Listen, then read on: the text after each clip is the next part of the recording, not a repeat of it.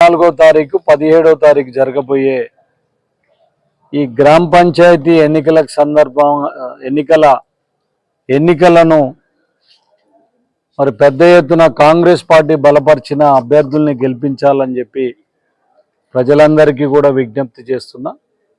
ముఖ్యంగా సూర్యాపేట నియోజకవర్గంలో పెద్ద ఎత్తున గ్రామాలలో ముఖ్యంగా కాంగ్రెస్ పార్టీ నాయకులు పెద్ద ఎత్తున కూడా ఈరోజు ఎలక్షన్లో నిలబడడానికి ముందుకు వస్తున్న పరిస్థితి.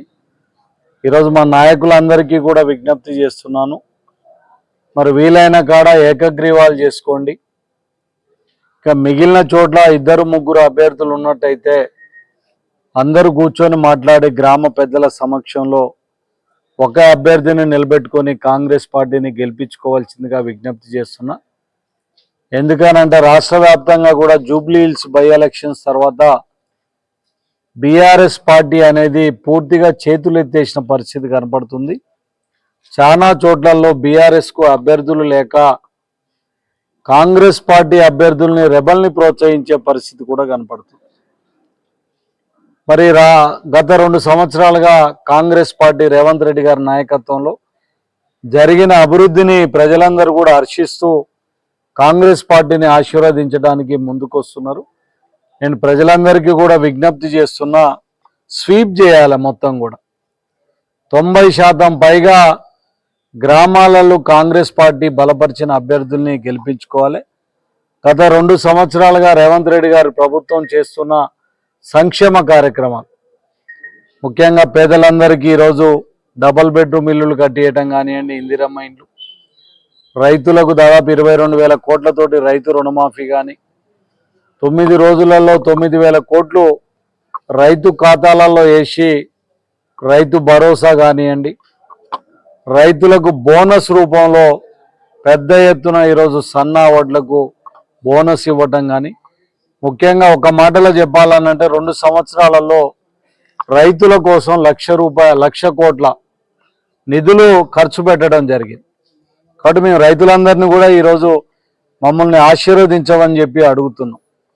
ముఖ్యంగా మహిళలకు కూడా మహిళా సంఘాలను పెద్ద ఎత్తున ఈరోజు ఈ ప్రభుత్వంలో ప్రోత్సహిస్తూ, గత బీఆర్ఎస్ ప్రభుత్వంలో మహిళా సంఘాలను నిర్వీర్యం చేసింది. ఈరోజు పెద్ద ఎత్తున వడ్డీ లేని రుణాలు కానీ, ఈరోజు సబ్సిడీ మీద రుణాలు కానీ, 1 కోటి మంది మహిళలను కోటీశ్వరులను చేయాలని చెప్పి ఈరోజు బస్సులను కూడా మహిళా సంఘాలకు కొనిచ్చి వాళ్ళకు అద్దెలు పెట్టుకునే విధంగా, పెట్రోల్ పంపులు ఇచ్చి నిర్వహణ చేసుకునే విధంగా, సోలార్ పవర్ని కూడా మహిళా సంఘాలకు ఇచ్చి పెద్ద ఎత్తున మహిళల్ని ఆర్థికంగా నిలబడే విధంగా ఈరోజు ప్రభుత్వం ముందుకు వస్తుంది. కాబట్టి మహిళలందరికీ కూడా విజ్ఞప్తి చేస్తున్నా, మిమ్మల్ని 1 కోటి మందిని కోటీశ్వరులను చేసే బాధ్యత రేవంత్ అన్న తీసుకున్నాడు. కాబట్టి మహిళా మనులందరూ కూడా ఈరోజు పెద్ద ఎత్తున కాంగ్రెస్ పార్టీకి మద్దతు ఇవ్వాలి. మరి గతంలో మనం చూసినట్టయితే మహిళల ఆత్మగౌరవం అని చెప్పి ఒక నాసిరకం చీరలు ఇచ్చేది బతుకమ్మ పేరు మీద. కానీ ఈరోజు రేవంత్ అన్న నాయకత్వంలో బ్రహ్మాండంగా మంత్రుల భార్యలు, ఎమ్మెల్యేల భార్యలు కూడా కట్టుకునే విధంగా ఈరోజు బ్రహ్మాండమైన చీరలను ఇచ్చి వాళ్ళ ఆత్మగౌరవాన్ని కాపాడిన చరిత్ర కూడా కాంగ్రెస్ పార్టీకి, రేవంత్ రెడ్డి గారికి దక్కింది. ఈరోజు మహిళలకు ఉచిత బస్సు కానివ్వండి, గ్యాస్ సిలిండర్ 500 కానివ్వండి,